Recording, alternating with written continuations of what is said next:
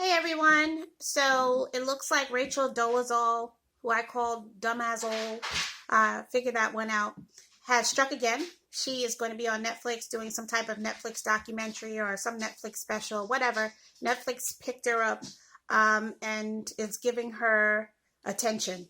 This frustrates me. I understand business, and I know that as long as people are going to watch, they're going to air it.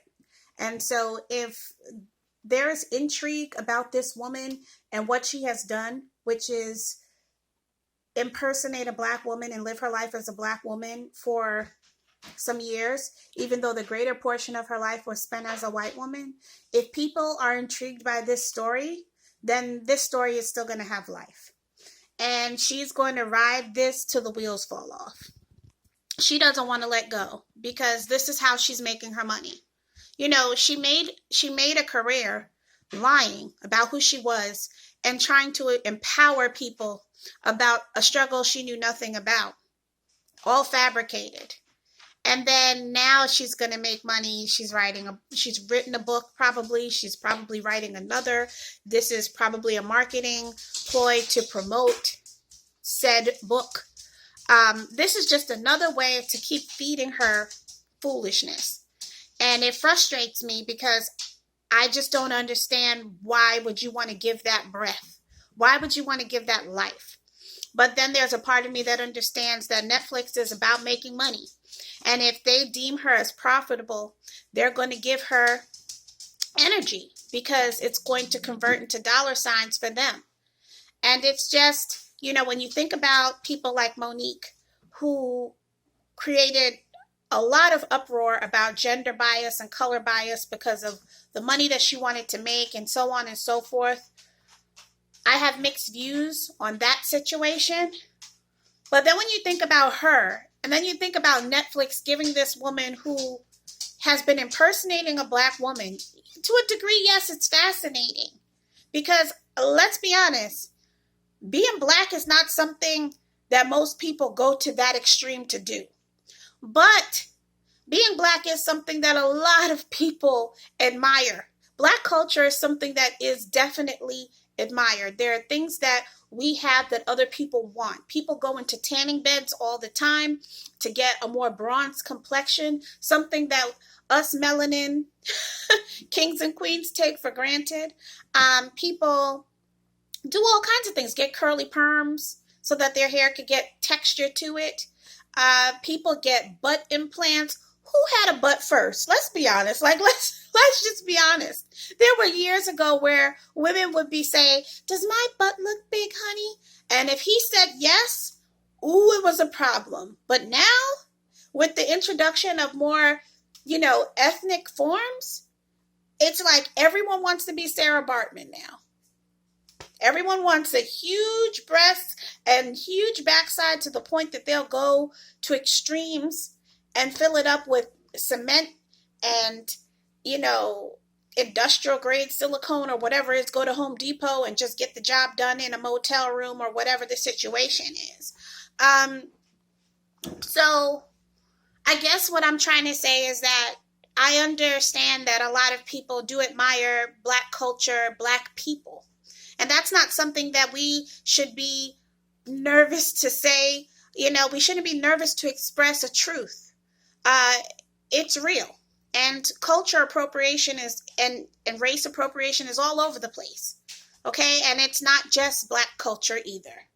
Okay? There are a lot of other people. There are people who pop bindies on their head and they don't know anything about what the bindi means. They don't know what what it signifies within that culture. They have no clue. Nose piercings, and I'm guilty, same thing. Different cultures have different meanings. And piercings are done all over the world, but they weren't necessarily a European thing. But now you find everyone with them. Bottom line is that if you're from America, everything you got came from somewhere else because it truly is a melting pot. There's very few things here that is completely original. I mean, we kind of made up something that is our own, but we've taken it from every immigrant that's come here. So all of that being said, I feel that just giving Rachel this energy is a frustration for me because I don't care what she has to say. She's already said quite enough. She feels black. She identifies as black. We all know that she's not black. And this is how she wants to live her life. I think the argument is, well, what's the difference from a woman who wants to live her life as a black woman, from a white woman who wants to live her life as a black woman, compared to a transgendered person who feels like they're stuck in the wrong body? And that's a valid question. But I think that the reason and why it's frustrating, and even sometimes I get frustrated, when I meet a man who has, who has transitioned into being a woman, while I'm glad that he has been able to go through that journey and finally realize the form that he's always wanted, there's a part of womanhood that he will never understand. He's never going to understand it. He's never going to understand, the things that a lot of women have had to go through. He's never going to understand what it is to have cramps. He's never going to understand what it is to birth a child. And I'm not saying that he might, well, now if she's transgender, that she might not want to experience those things. But it's quite convenient when you don't have to. And so that is what my gripe is with Rachel. Because she has decided to adopt something and it's completely at her convenience.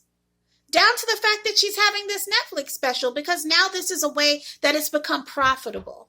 That she's pioneering this new thing of people who identify with a different race, so they simply decide to become it. I cannot be anything but black, even if I didn't want to. Michael Jackson, he didn't bleach his skin. I really believe he had vitiligo. But he changed his race a gazillion times, and he had vitiligo and had the fairest skin. But there was no way. Everyone would be quick to pull up his pictures and show you that during his Jackson 5 years, Michael was black. And he always will be black. And this is what they bring up about his kids now. They're like, oh, genetically, they can't be his because they don't look biracial. So you see how people they will pull up the race card in that regard, and she's pulling it up in a way to serve her to make money. She's not doing it in any other way than to benefit herself, to be able to position herself in an organization that's all about the advancement of Black Americans, of Black people, period. To have a job, to speak to the Black youth about her experience. That's all fabricated. And now to have a Netflix show. Something on Netflix, a documentary or whatever the heck it is, something featuring her lying backside. It's a problem. It would be one thing if she was a white woman who clearly stated, and that's where the difference really comes from also with transgendered people, because they say, I was born in this body and I changed and I'm so glad. And they're open about the struggle. She lied. She lied. She deceived people. She never said, I don't feel happy in this body. I want, happy in this race. I want to be a Black woman. She didn't do that.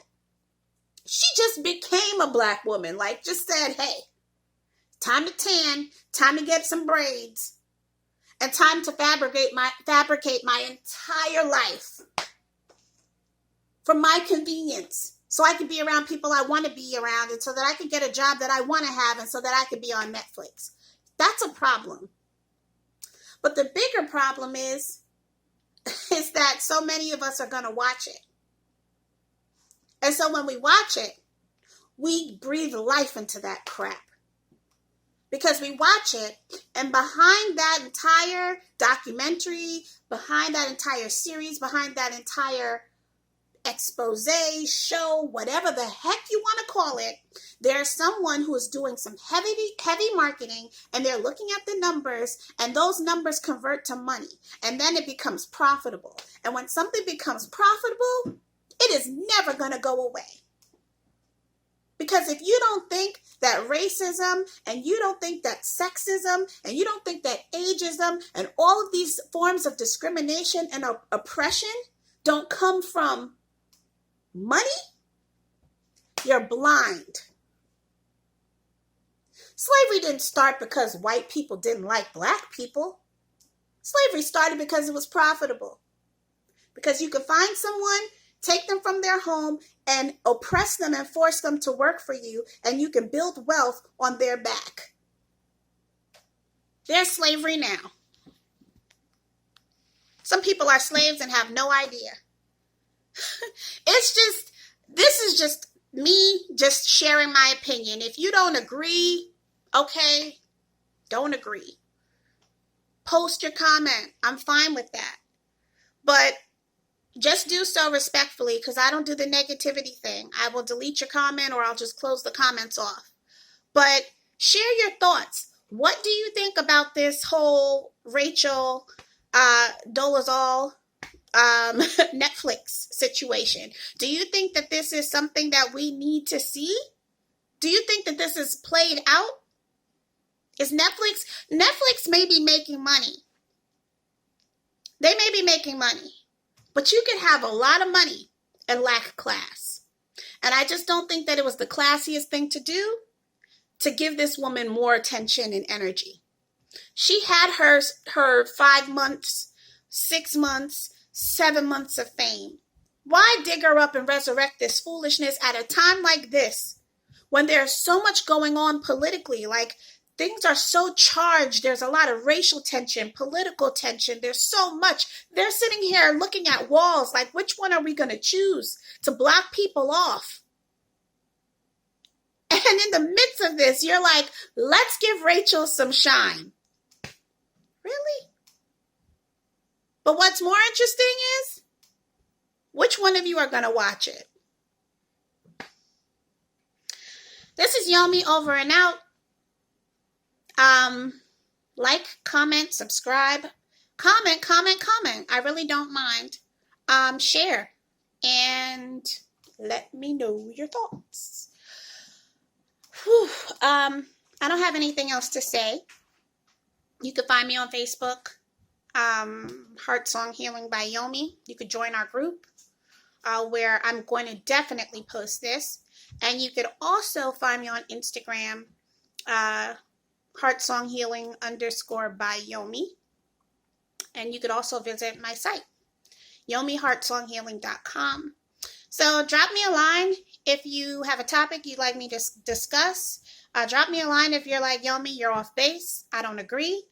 I am okay with changing my mind if I'm convinced, if there are facts, if there's validity in your statement, and if you are respectful. If you come at me disrespectful, I'm just going to cut you at your knees. All right. Take care, everyone.